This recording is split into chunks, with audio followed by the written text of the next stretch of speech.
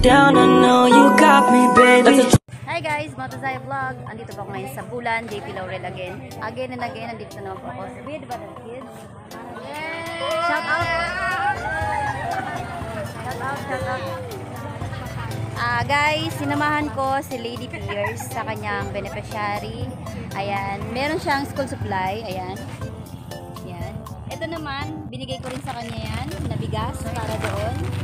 Ayan. Ayun yung tulong ko rin sa kanya, ang bigas. Ayan. Tapos yung school supply kay Lady Pierce para doon sa batang documentary. Yung bata na yun, guys. Yung bata na yon wala na daw magulang. So ngayon, sinusuportahan ni Miss Lady Pierce yung school supply niya every years. So ako naman, kasi kasama ako, nagbigay na lang ako ng bigas. Yan. So yan. Sa mga gustong tumulong dito sa bata, guys, i-contact nyo lang si Lady Pierce or ako, Motozaya Vlog. Pwede nyo po akong kontakin para po makatulong dun sa bata na wala nang magulang. So actually, yung kapitbahay lang po niya ang nag-aasikaso sa kanya kasi wala na po siyang magulang. Nasunugan po rin sila ng bahay. So ayun, tinutulungan po na ni Miss Lady Pierce every year yung kanyang school supply. So ngayon, dalawa sila, magkapatid sila po. Mama nung ano? Mama nung kwento niya? Yung dalawa?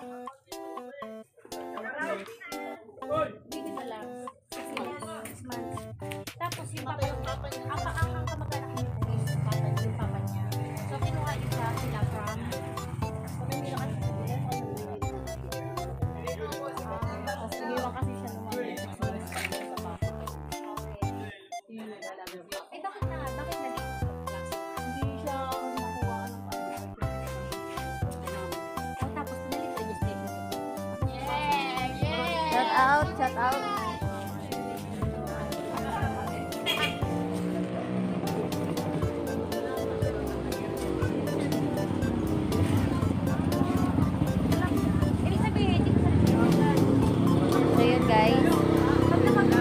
Ano lang ako dito, saling pusa.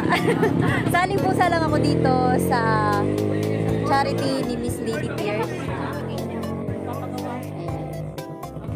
Matagal na talagang nag-charity with her own si Miss Lady Pierce. So ayun, ang napili niya, selected child lang, talagang deserve na wala talagang magulang, na hindi na kayang suportahan yung sarili. Siyempre, estudyante pa, so hindi pa talaga kaya magtrabaho. So